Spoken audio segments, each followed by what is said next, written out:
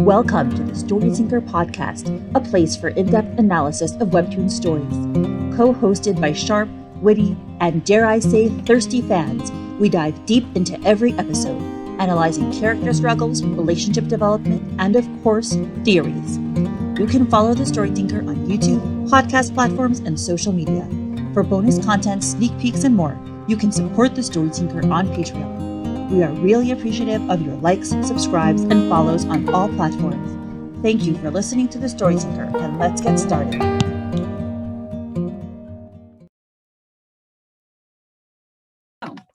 Hi, everyone, and welcome to episode 51 of the Purple Hyacinth podcast on the Story Tinker. It's titled Conspicuous Circus, and today we are with Inspirashamul and Monique. So I'll let you guys introduce yourselves. Go on, you first. So I'm Inspirashamul.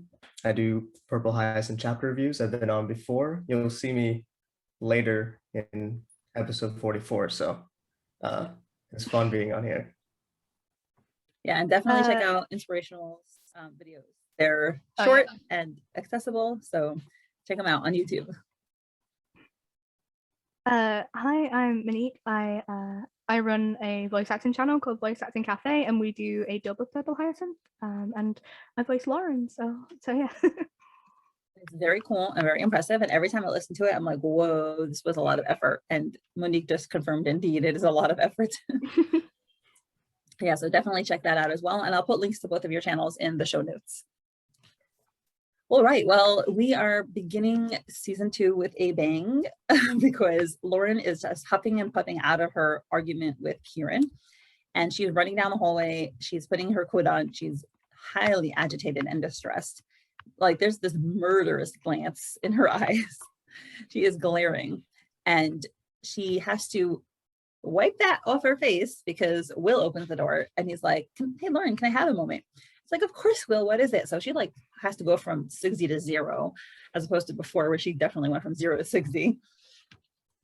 And he's like, is everything all right? It's not like you to be late. And so that's nice of Will to show concern. And if I'm recalling correctly, because I said there's a time skip, this was, she met Tim's sake this morning. So she got knocked out. And yeah, that was pretty significant. But Lauren does not like to admit to anything happening. And Will is being all nice and considerate. He's like, look, you don't need to tell me. But Kym just pops out of there and starts yelling. He's like, okay, what happened this morning, Lauren? Two very different approaches. It was a nice parallel to the beginning of season 1 when Lauren first got hurt against Kieran, and they were having their back and forth bickering, and their two different ways of showing concern. So we're getting a little bit of a callback again at the beginning of season 2. It's really nice to see. Him also like slam Will out of the way the first time. Poor Will, he's totally abused. His like shoulder is shaking, he's clutching it, like he is in pain. She doesn't even notice. Kim's just like, your eye bags are so heavy, they're mopping the floor. Like, way to be complimentary, Kym. Doesn't acknowledge that he's in utter pain right now. Yeah, doesn't notice. You can notice details about Lauren, but Will, It's like, but you're never late, even if you haven't slept a week. What's up? And she knows that Lauren is like not a great sleeper. Finally, Kim's like, oh, hi, Lieutenant. You okay there? He's like, what the heck? Like, you don't even notice. He's like, you just slammed a door into me, Liddell. She's like, who the hell stands in a doorway? A lot of people. Well, sorry for not having x-ray eyes. And they're just arguing back and forth. And meanwhile, Lauren is just looking off to the side because she is mentally occupied and I think physically, obviously, as well. So in both regards, she's not doing so well. And she just makes up some excuse while she's rubbing her head, which is clearly hurting her. She says there was some trouble at the street stall, so I tried to intervene. I think I hit my head on something. Maybe that's why I look so tired. It'll all resolve very quickly, though. So really no need to worry. And that's Lauren's typical, she doesn't want people to worry about her, doesn't want people to pay attention. She just tries to be strong all the time and be independent and do everything on her own. And she gave just enough information to like kind of work out like a scenario that she wants, but not enough to obviously tell them it's safe. Yeah. Right. She can't flat out say that. Yeah, she keeps things to herself. I mean, and especially knowing who it is, she probably would keep it to herself, even if it wasn't Sake, if it was some other person related to her family, but like especially Sake, she can't really show that she had interaction with him. And Kim's like, you hit your head? No wonder the new hot archivist didn't interest you. It's not you, it's the concussion. This is bad. Because Kim's like, you must all appreciate people in the same way that I do. Whereas I'm pretty sure Lauren, even if she hadn't known Kieran at all, even if he indeed was just a new hot archivist, I don't think she would pay him any mind. No, I don't think she would either. Especially with the sass, like she's already not like up for it. So in any setting, she wouldn't be friends with Kieran for sure. Yeah. She doesn't really strike me as the person who is too interested in like dating. In the beginning, like it's clear she's dating for her uncle to do him a favor. She just seems to be too preoccupied and she doesn't seem to be into that in this stage in her life. And but she's like, no, Kym, I'm perfectly clear-headed. She's, kind of her hands are shaking. You can kind of tell she's trying to control herself of like, get away from me, while she's like removing her hands. And Will at this point steps in, he shoves Kym to the back. He's like, you better get checked out at the infirmary. Give her some space, Kym. You can skip patrol for today. So Will is a little bit giving her a taste of her own medicine, giving Kym, like shoving her. Always Will that seems to keep Kym in check. He's always, when Lauren's just about to get annoyed, he always just seems to step in, right, that's enough. Yeah, he does things the proper way. Like he's not overly intrusive, he is respectful, he is calm, and he still wants her to be healthy, but he doesn't push things on her. Well, I guess except that he does right now, because she's like, no, Will, I'd rather not. But then he's like, it's my responsibility to take care of you. And he's writing something down on a notebook. There's no way I'd let you on a patrol knowing there's a risk you're injured. Scratches it off, takes it, gives her the note, and says, here, take this. You're officially on break. Kym behind him is looking extremely resentful. This was a really nice scene for me, especially for William, because throughout season 1, he's shown off as a lieutenant in the 7th district. Are we in the 7th? Yeah. No, 11th district. Yeah. But Will never felt to me like a lieutenant. It felt like he was just there, but this is the first time that we see him actually take charge as the superior officer in the unit. So this is a really nice moment for me. Yeah, I'm assuming, I'm not very familiar with the rank. I'm assuming there's sergeant and then lieutenant, right? So he's above Kym. Yeah. Yeah. Yep. So, he insists, which I think is completely correct of him, because you do need to take care of your head if it gets injured. And, Lauren accepts that. She's not too happy about it, but she just realizes, she's lost this battle. And she's like, there's really no way around you, is there? Snatches the paper from him. And, Will's so happy. He's so cute. He gets a smile. He's like, he's happy she's taking care of herself. I love it. It's very sweet. He's the kind of person who derives joy from doing the right thing, I think. Yeah. And I like that a lot. He's a good boy. And now we have this view of people on the bridge and outside, and Will and Kym and the patrol unit are patrolling. And Kym says, I'm worried about Lauren. She hit her head. There's something more going on there. And Kym is too smart for her own good. Yep. She knows, like when Lauren's obfuscating, like her answer was like, too vague. You'd think that Lauren would be good at lying, but she's not very good at it. Yeah, I think, she seems to be in general a very truthful person, and people who don't have experience with lying don't do it well. And I know I relate, like I've lied like 4 times in my life, and all of them were, no, 3, it was only 3. Anyway, they were all like very, very like pretty good reasons. And I just don't do it, right? And my husband's like, yeah, like, what do you mean? Like, I lie all the time. I'm like, well, really? Excuse me? Like, So yeah, people who don't lie, like they just don't know how to do it, and she's like a blunt hammer. She doesn't, like, I totally understand that. My mom's Israeli and I grew up with that. Like they don't lie, they just tell you to their face, like, oh, your outfit looks horrible on you, like don't wear purple, you look like a cow. Like these were like standard comments that I got growing up, because it's like, just tell you the truth. They're like, why? Like, I'm not gonna beat around the bush. So they don't know how to say, and I think Lauren's like that. She's very direct and she's very blunt. So yeah, I don't think she's a good liar. Yeah, like, because she's quite direct and blunt, for her to be like so vague about something is obviously quite out of her character. So I can see why Kym was quite, picked up on that. It's one thing to lie to people who don't know you well, but it is very hard to lie to people who know you well. That's true. And even Will are like, who strikes me sometimes as a bit, I wouldn't say naive, but a little naive, or a little bit less cynical, I guess, than other people. Even he agrees, and he's like, yeah, I think so too. She has to get it checked out, of course. But even if it's nothing, I think spending a day on bed rest might be good for her. Why did you think I insisted? Sometimes you just got to find a way to force a break on her. And that is even sweeter than before, because he recognizes that she just overworks herself all the time. And like, we've seen that she really hasn't gotten a break at all this entire season, or this entire story at this point. So it's nice that like those that are close to her know how to handle like when she's at her breaking point and put her in a place that she can rest up. Yeah, it's great.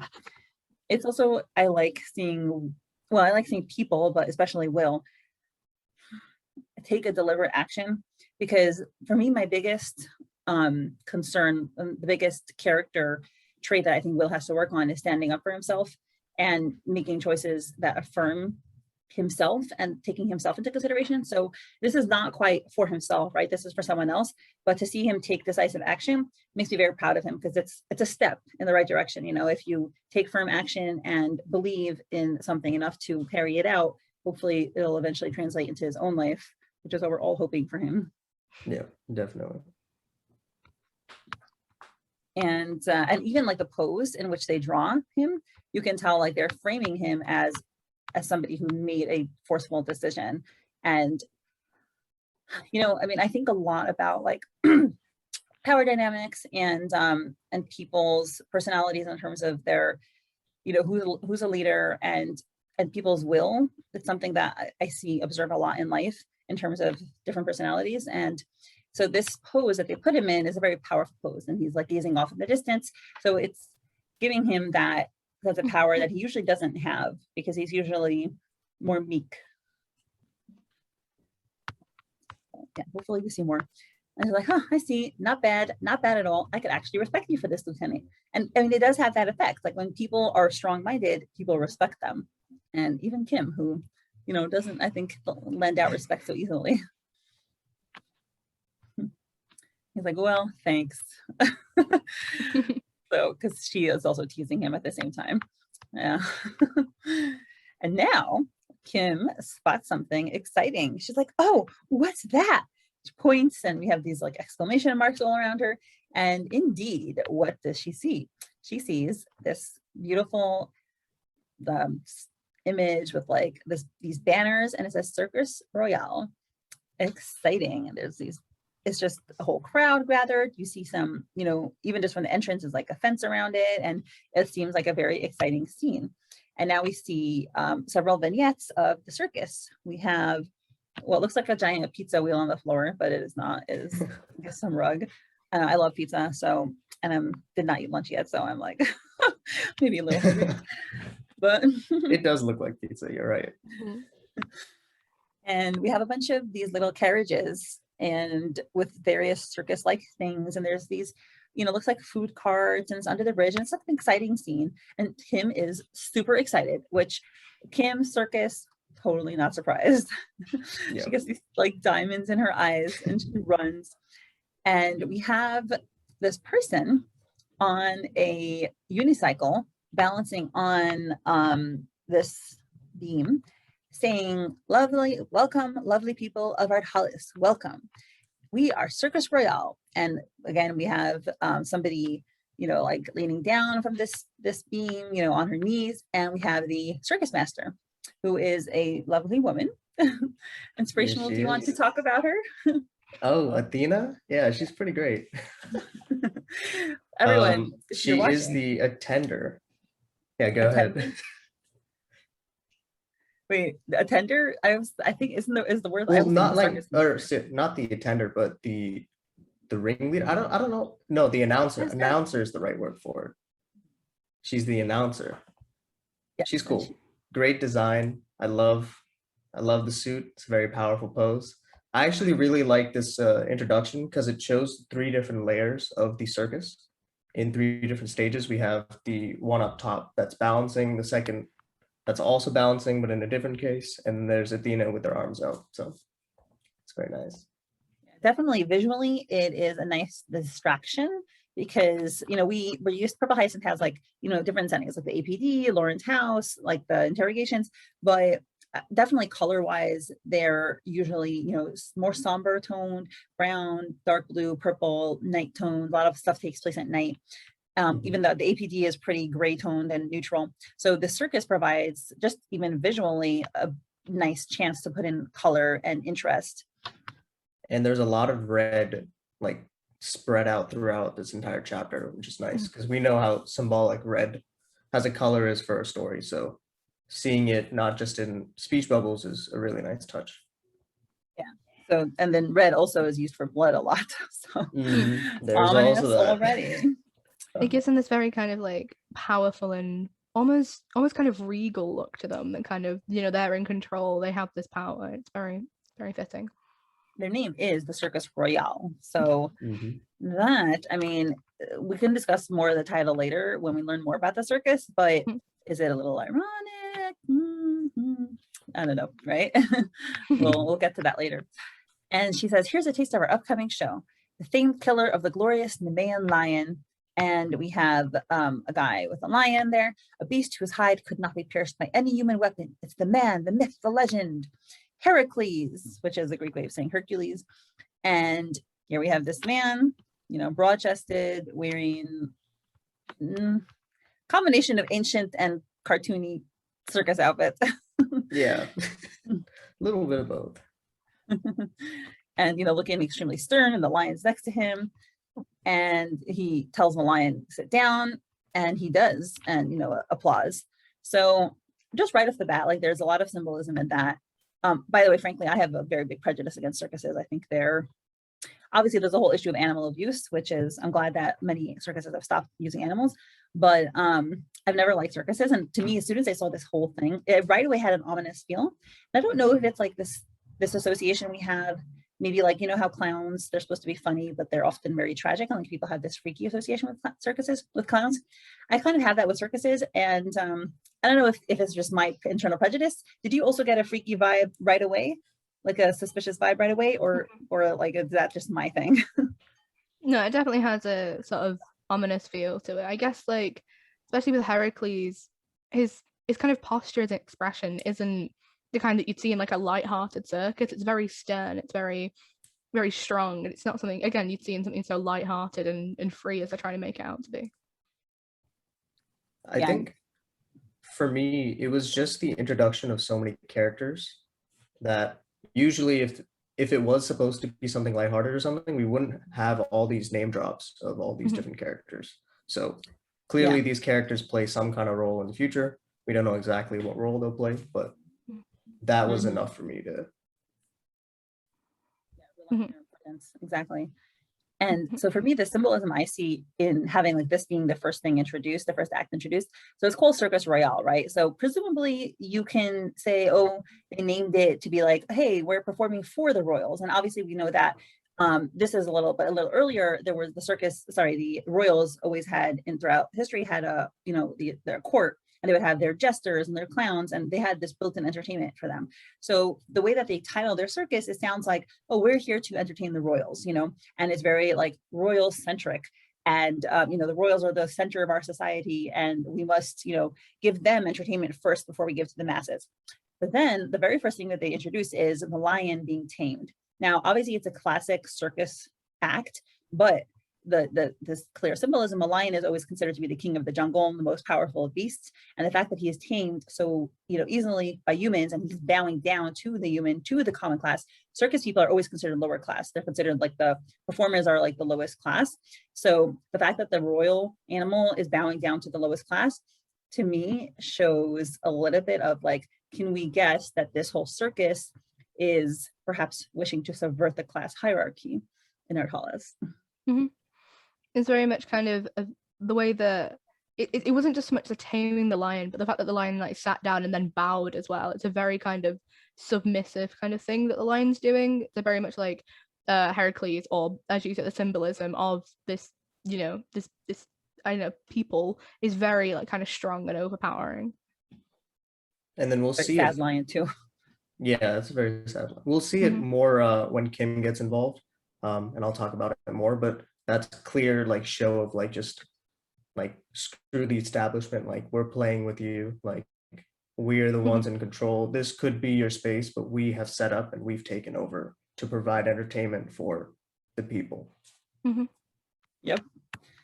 And then she continues with introducing the next act. She says, floating in the sky, twisting and bending the breeze to his will, our graceful aerialist, Zephyr. And do we have somebody, on the, or what is it called?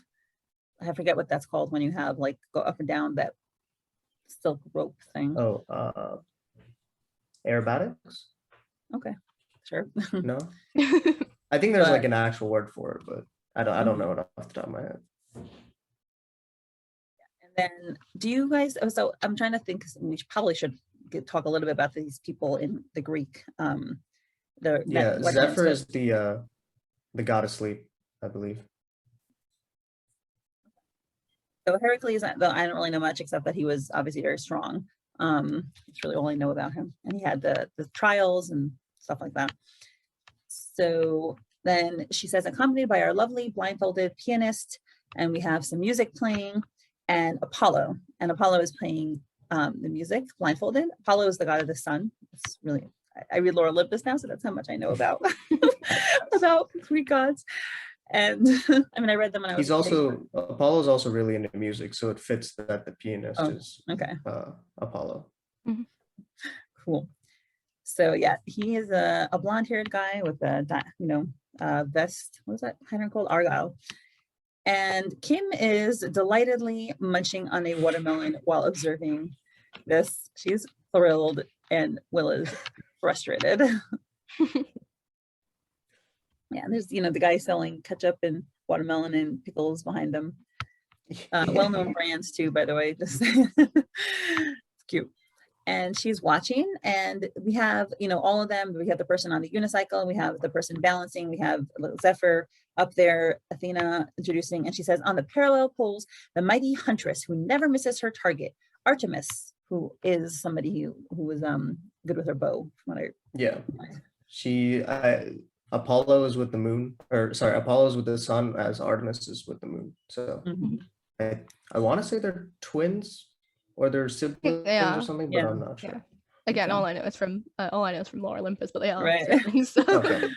I know there's like many different. There's not necessarily like one version of the Greek myth. So I'm like, I'm not rereading anything until I finish Laura Olympus, until it's done, because I'm like, I don't want to know what's going to happen. So I'm not reading any version of the Greek myths until it's all finished. Makes sense. I mean, I read when I was a kid, but like, anyway, don't remember much. So Artemis is, she's got this light hair and she has these two pigtails. It's really cute. And she's balancing. And then she says, and Morpheus, the magician, whose tricks will make you wonder if you're dreaming. That also to me is like also suspicious, because it's like, it's taking you out of reality and it's kind of blinding you and making you, it's a little bit like fooling you, especially this part. And like in this world, we don't know if like magic actually exists. So this is most likely misdirection or some sort of trick there. So that can also play into it. And he looks like he's the guy on the unicycle, and he's throwing knives around, and Artemis is catching the knife. So she, while standing on one hand, a lot of strength, a lot of power, and daggers associated with our death and killing. So, it's a dangerous object that they're playing around with, which is another reason people are attracted to the circus, but also to me lends again, more ominous tones to the circus. And like this shot composition of Morpheus and Artemis is really cool because it looks like he's literally carving out a piece of Artemis in the panel that they're in. So it fits with the knives as well. Yeah, it's funny. I just realized like the wheel is exactly in the space between her torso and her shoulder, as her arms. Yeah, it's really well done. And now we get some pretty crucial exposition. Kym says, "Ooh, Circus Royale, isn't that Viscount Radcliffe's thing?" And he's the one throwing the big ball in February, right? And we flash back to when Herman says, "Also by the end of this week, I want volunteers to work security for Viscount Radcliffe's annual ball on February 17th." And Will affirms, yes, Radcliffe built the Circus Royale company from scratch 15 years ago, started out leading a band of homeless orphans in Greychapel, and now Radcliffe's one of the richest men in the city. That's how he bought the Viscount title. Okay, so what do you guys make of all this? A lot here. I think the first thing is that the panel that we got the callback from is from episode 7. That's when we got announced that there was going to be a ball, and it's for Radcliffe. And I think the big thing is the years, 15 years, and that he bought a title. So it shows that you can use money to climb the hierarchy, and it's not as static as we thought it was, because we saw the royal family in the 40s, and that's pretty much it. We don't really know much about the structure of Art Hallis, but here we see one way of climbing up the social ladder. Mm-hmm.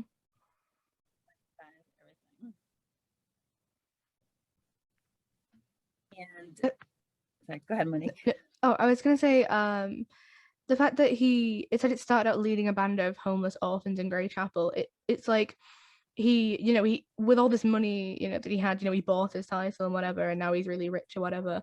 I don't know, just the whole kind of starting the band with like homeless orphans in Greychapel. It just seems kind of, the fact that there are homeless orphans in the first place, and the fact that he can prey on like quote unquote a band of them is very fitting to say that, like, I don't know, in Greychapel there probably shouldn't be, homeless orphans that he could have preyed on to kind of make the circus, and if they go into the circus, like, homeless orphans, do they ever, I don't know, does he treat them better? It for some reason there's something about it that kind of seems like, oh, I'm picking up homeless orphans, like it just doesn't speak as, he's not saying like, oh, he's picked up people from Greychapel. Homeless orphans just suggests that like there's something lesser about that.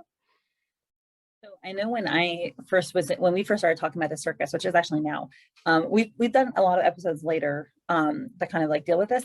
And at this point in the story, I was neutral about, I said, we don't have enough information to judge what is going on, because it's very possible that by Radcliffe picking up these orphans, he was giving them shelter and food, which doesn't seem like they would have had if they were living on the streets.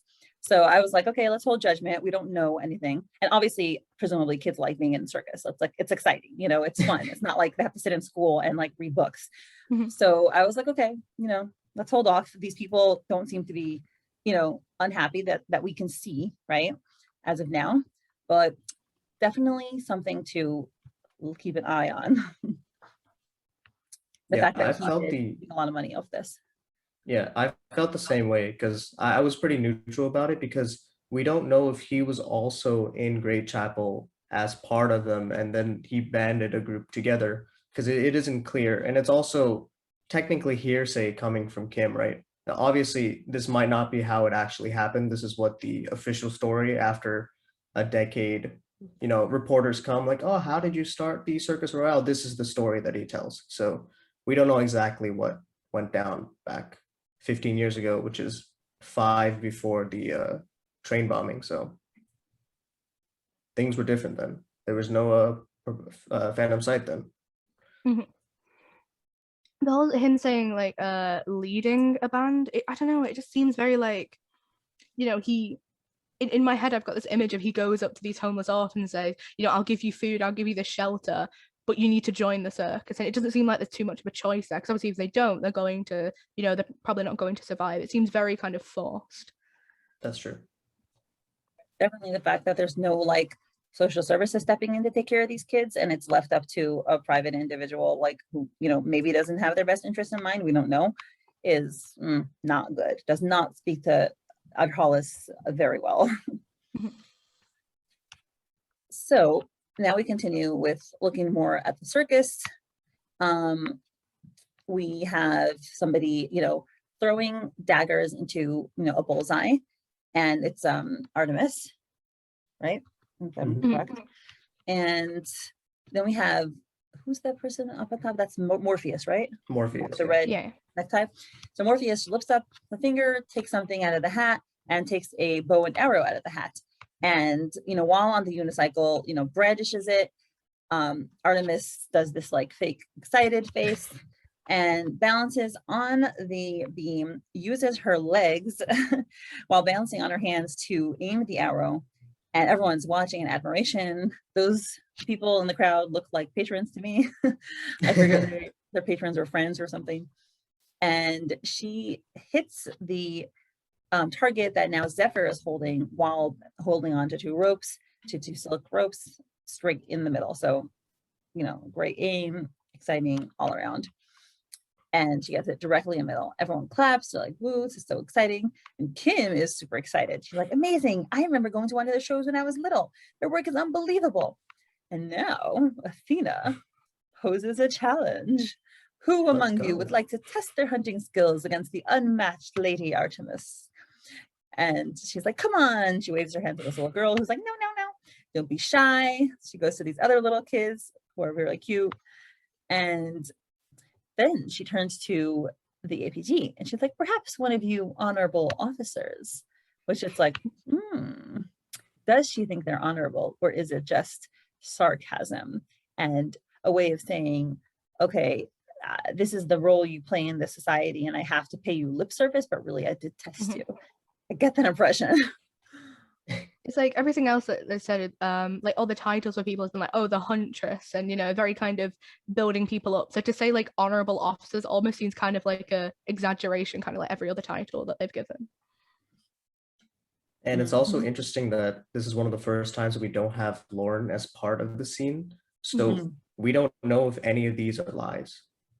So there could be a chance that if Lauren was here, we would know that Athena is mocking Kym, but we don't have that like clear indicator there. So we just have to use the subtext there. Yeah, and Kym with no hesitation is like, hold my watermelon. And she shoves it at Will. She's like, Kym, no. Because of course, Will, I cannot see Will doing anything like this. Will is not like a public spectacle kind of person. He probably would be mortified. And Athena is like, oh, exciting. We have a volunteer. May we know your name, brave policewoman? And you could like sense the dislike rolling off of her. Sorry. And she says, Sergeant Liddell, at your service, miss. Which, you know, Kym, I believe, is quite genuine about her service in the police. You know, she joined probably to do a good job and help people out of Hollis. So she's not picking up on Athena's kind of like jives. And she's like, yeah, I'm here at your service. That's my job. Like, that is my job as a police person. And that's what I'm going to do here right now with this performance. I think Will is just like mortified behind her, something that watermelon on his face. I think maybe something to like take a note of was that Athena, when asked for volunteers, both time asked children, but then it was Kym that like volunteered, and then when they asked about the officers, so it's very much kind of, maybe Athena kind of sees it as kind of something like a kid, like a game, kind of, you know, to get children on stage. It's kind of a, you know, a really fun thing, you know, when like there's a clown at a party, it's very kind of like, you know, very child friendly, kind of kid based, whereas I don't know, there's something about this seems very, very false, very kind of exaggerated. Yeah, but like Athena also knows that these kids won't take her up on this offer, right? So she's just playing the show saying, oh, how about you? But her real intention is just to get one of the officers up. And obviously Kym being Kym is up for the challenge, whatever. Yeah.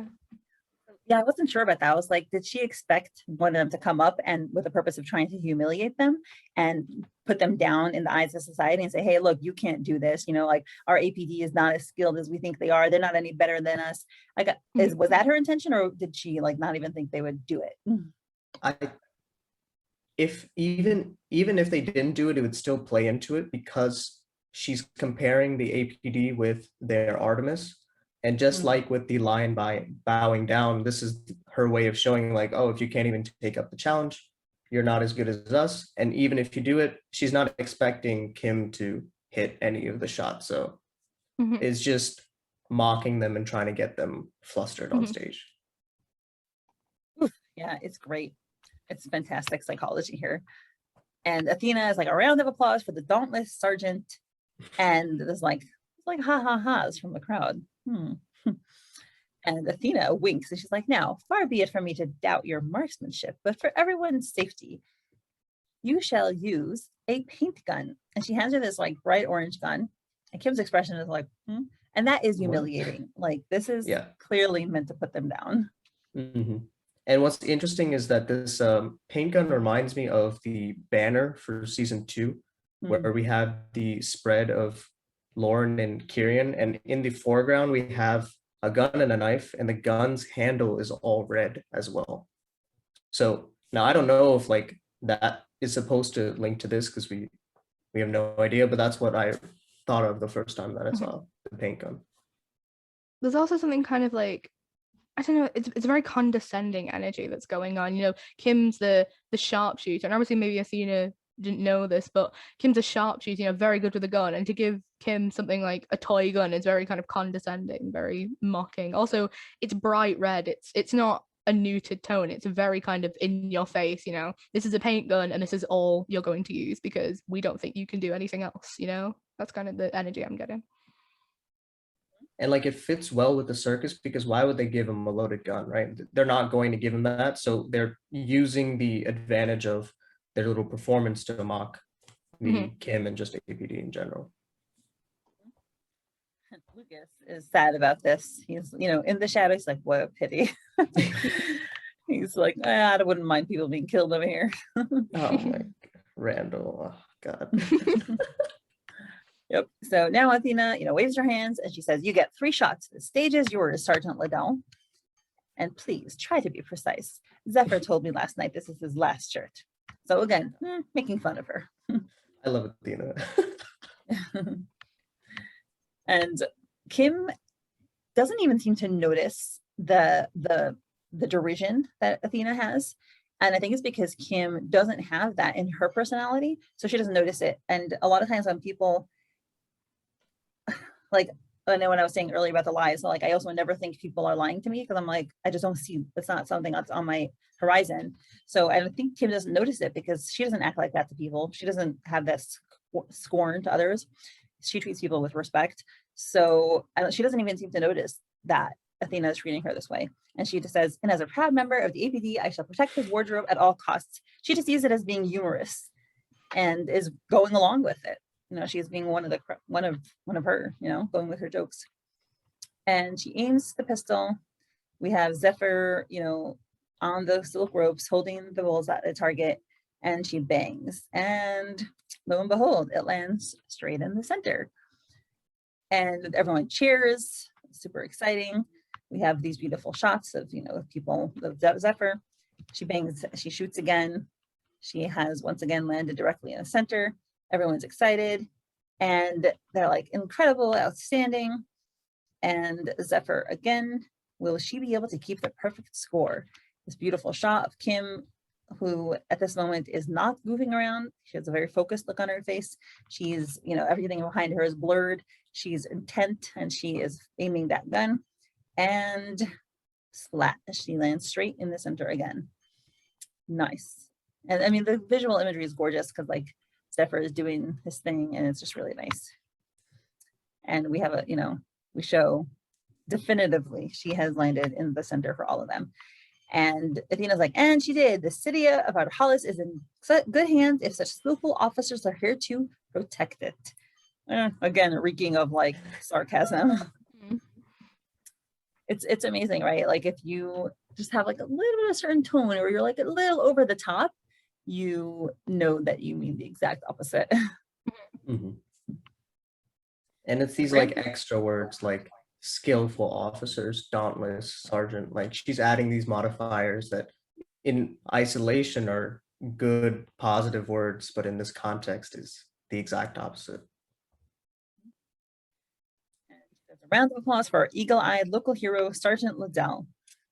She takes a bow, everyone's applauding. She comes off the platform, her fellow APD officers are cheering. She just walks past Will, snatches the watermelon, and continues chomping on it. And Will's just like, what? Poor Will. Adorable. And she's like, Lieutenant, have you forgotten about our patrol? She's just digging at him. And Athena continues while they're walking away. She's like, so, ladies and gentlemen, ready for our upcoming show? Do not forget to buy your tickets from Orpheus and Eurydice. Is that, I don't know how it's pronounced, but let's just pretend. The full show will be in Nightingale Park for the next 2 weeks. And we have a focus of Eurydice and Orpheus selling tickets. They say tickets here. And thank you for purchasing. Hope to see you around. And at this point, right, there's like, oh, you know, this is the public face that they put up. They're like, oh, thank you. They're smiling, very cheerful. But then you see Eurydice. Is that the female? Yeah, Eurydice is the female. Okay. She gives this side eye glance. It immediately looks very suspicious. She's watching the APD depart from the circus. And she says, can't believe Athena asked one of them to go on stage. She has a smirk. And that's, I guess, you know, because we knew this was going to happen. Like we also interpreted everything that happened in light of this, but you right away see like it's a us versus them attitude that the circus members have. They had a very antagonistic attitude. It's really like one of disgust. You know, it's like they don't know these people at all, right? But they have this disgust for anyone in that position. No, you know, without getting to know them as people, they're like, APD, we dislike. And it's interesting because this tells us that whatever Athena did was just on the fly kind of promotion, that it wasn't run by the others. Athena just took it. She saw the APD, she saw a moment, an opportunity, and she took it. And in this case, it didn't really play out exactly the way that Athena probably wanted it to, but it gave them a show regardless. Yeah, so you can tell there is class, I don't like to say class warfare, but like class antagonism and distrust from this vignette. It's highly uncomfortable to see. But pretty pivotal to the story, so. Definitely. Yep, so now we go back to the APD and we have this cot and we hear somebody telling Lauren, it looks like they're shining a light in her eyes, and someone saying, all right, Lauren, everything seems fine for now, but you should rest for the next 2 days at least, and try to avoid activities that require high concentration if they cause any symptoms to worsen. So it's like the local APD nurse. And she says, same thing for physical activities, which is like telling Lauren to stop for 2 days is like very, very difficult. Yeah, literally everything that will make her symptoms worse is what she will do and is going to do and has been doing. So it's not like her lifestyle is really helping her physical pain right now. Yep. She continues, I'll write you a note for half shifts this week, and I strongly recommend you take frequent breaks. If your headache comes back, you may take 2 of these pills every 4 to 6 hours. And Lauren's like, thank you very much for watching over me today. I'll try to behave. So she does recognize that she is not too compliant. It's like the nurse or doctor is like, you better, young lady. I would love not to have to see you again. You can stay here as long as you like, but you are officially free to go. She says, thank you. And as soon as she closes the door, like Lauren goes from being polite and, you know, putting on like a nice front to she just like collapses on the bed, grabs her head and says, what a train wreck. Oh boy. She's been putting this front since she's entered the APD because she knew that she was going to get questions. She's never late. What's going on, and going through all this ordeal is just almost as taxing as her just telling the truth. Yeah, she can never show like vulnerability. Also, she just has to put up this positive front. Ay, poor Lauren. And at this moment, Kieran, our buddy, is passing by the infirmary, and he walks by and then he scuttles back, looks through the window. He looks with a look of concern. So just saying, our boy has a heart. And he sees Lauren lying down there.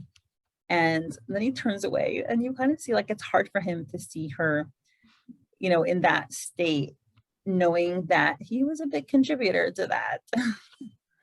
Because he also doesn't know what happened earlier in the morning. So he probably thinks it's because of earlier in the cave or something else that caused it. So he doesn't know what's going on exactly, but he believes that he is the cause of her pain right now, which partly he is, but not entirely. I reckon he's putting a lot of the blame on himself right now. We know that's his personality, right? He despises himself for who he is and what he does. And this is just adding to it. Oh, poor Kieran. But he doesn't show her that he cares. He doesn't go in and say, hey, how you doing? Well, obviously he knows that she's just going to yell at him, but he isn't at the stage yet where he can even show the kindness that he has, because that would be too vulnerable for him. And it's just too sudden, especially with their conflict and divide so early, like so recently. It's impossible for him to reach out. Yeah, that's what happens when you get this murderous assassin reputation. And Lauren's like, the patrol unit is almost back. I can't let them suspect anything. As if him breathing down my neck at their precinct isn't enough. Now the leader is officially after us. I can't just ignore it. The only way out is either through deception or death. I need to talk to him. She is recognizing the grim reality that faces her. Which is good, because she called off the deal last episode. So she realizes, even if I don't want to work with him, I have to work with him. Mm-hmm. That's kind of what happens when you get mixed up with sordid things. You can go in and you can never leave. So it'll be cool how they address either through deception or death or both, or what ways that they'll try to get out of both this. of them die and the story just ends. I think it might be quite telling that Lauren said the only way out is either deception or death. So with that, she never explicitly says that she's choosing one of those, and the fact that she says like through either of them, we may assume that, she's talking about, deception, and working against not so much against the APD, but with, Kieran. It's very much kind of, she never chose an option, she never explicitly said which one. So it's very kind of, is this going to be she deceives the APD for a while longer, or is it going to be that she keeps this going until she dies? Is that what's going to happen? Yeah, and she knew going in that she would have to lie to like her friends and family and like the APD. Now she has to lie also to like the purple phantom scythe. I mean, like it's just nonstop. Oh, obviously it's much more scary to lie to them, because with the APD, like she can go to prison and she can have, social ostracization, whatever. But like phantom scythe, it's like death, like murder, torture, murder and torture of everyone you love, like the consequences are quite high. I think it's very conflicting how in the very, very beginning of Purple Hyacinth, she was telling us about how like she was taught that lies were evil, and she seemed very kind of adamant against lying because she could see them, she's very adamant against it. Whereas now she's talking about deception as if it's just something casual, it's lying has become something completely different from what it was in the beginning. And that's, I think that kind of plays into what she believes is her ideal world, which is a world where she doesn't have to see this red text, and the reality, which is it's everywhere. She's the one that has some kind of power, but not enough to actually do anything. So that's her dilemma there. Yeah, I always wonder. I never thought about that. Like, do you think Lauren would prefer not to have her ability? I think that maybe she, she's had it and it's given her, like, it's opened opportunities and it's helped her to do certain things. But I think that if she had the opportunity not to have it, I think she might take it, because it's caused her probably more problems than it has helped. Because it's a thing, like it fits with the ignorance is bliss, right? Like she, even knowing more stuff, she can't do anything with her position or her power, and there's always some sort of other obstacle that gets in her way to doing the thing that she should be doing, right? Whether it was age when she was little, or now that she's not a detective, she's just a patrol unit officer, she can't do much. She can't follow the rules, because how else would she gather this information other than say, oh yeah, I just know it, and no one's going to believe that. It must have such like a negative mental effect, knowing that you know all this stuff and it's correct, but to tell other people and they don't believe you and you have to kind of keep it all to yourself. It must have like, because I doubt, I can guarantee there's times where she's probably told, Kym and Will, and they've probably doubted some things, to be like, oh yeah, okay, Lauren, they've kind of like doubted her a little bit. So I feel like it must have such a bad mental effect on her to have to know all this and nobody believe her. And we've seen the way that she copes, right? The way that she copes is she goes super investigative in this way that she can find the evidence to back up the supernatural lies that she can find out.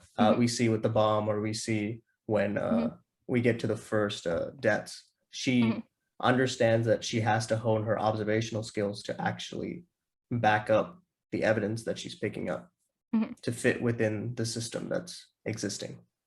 It seems like she'll just go to quite lengths to prove that she's not just saying it, she is telling the truth, and she wants other people to see that. Let's end the episode, and I'm thinking maybe Inspirashamul, do you want to end the episode with saying like 5 things you love about Athena? Oh, 5 things. She's got purple eyes. It's a nice complement color to Lauren's pensive golden eyes. I like her outfit. I want to see her in casual clothes. I guess those kind of tie in together. I want to see more of Athena, and her wink is pretty cool, and she has a little baton that's also very cool. I hope we get more of her. Every episode, every new episode, I just hope that we get a glimpse of some blonde chick with purple eyes, and I know it's Athena, so we'll see. We'll see when that wish actually gets when that gets granted. So I'll give her some praise too. She seems to be very authoritative and in charge, confident, and good with crowds. That requires a lot of skill, and she seems to be a leader in that circus. So some score for her on that side. Definitely.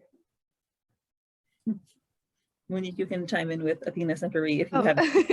I think that she's very, like you said, she's a very kind of confident kind of person, but I feel like I said earlier, the red she radiates so much power, the whole red cloak and the red bow and the hat as well. There's just so much power that she holds. She seems like such a very authoritative figure, and the fact that when she was talking to Kym and she was inviting Kym on stage, she just doesn't seem fazed by anything, like she asked some people to volunteer. Oh, they didn't. Okay, well, let's ask these officers instead. She's very on her toes, and it's really nice to see. And it's ironic because she holds so much power, but the position that she's really in society is very low, that we know of, right? So even with who she is in society, she still carries this almost like impressive charisma to do whatever she wants. Yeah, I realize now, like I'm basing my assessment of performers being low status. If I mentioned, like I read The Man Who Laughs, and definitely in earlier time periods, performers were considered low status. Even though people came to see them, enjoyed them, they were considered like lower class.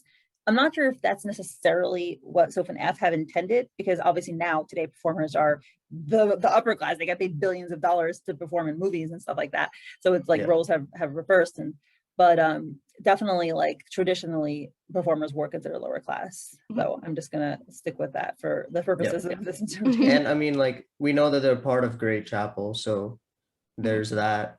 And we don't actually know how much anyone other than Radcliffe actually climbed the ladder, because all we know is that Radcliffe bought a title. We don't know any of his subordinates or anyone that he's worked with, how far they've went up. I'm sure they have like a house, comfortable living now, but that doesn't say much about their actual status in society. I think it's I also think it's quite ironic that traditionally people in circuses are seen as quite low class, but all their names are Greek gods and goddesses who are very high authority figures and very high figures and idolized. So I think that contrast is really nice to have. Yeah, that's actually great.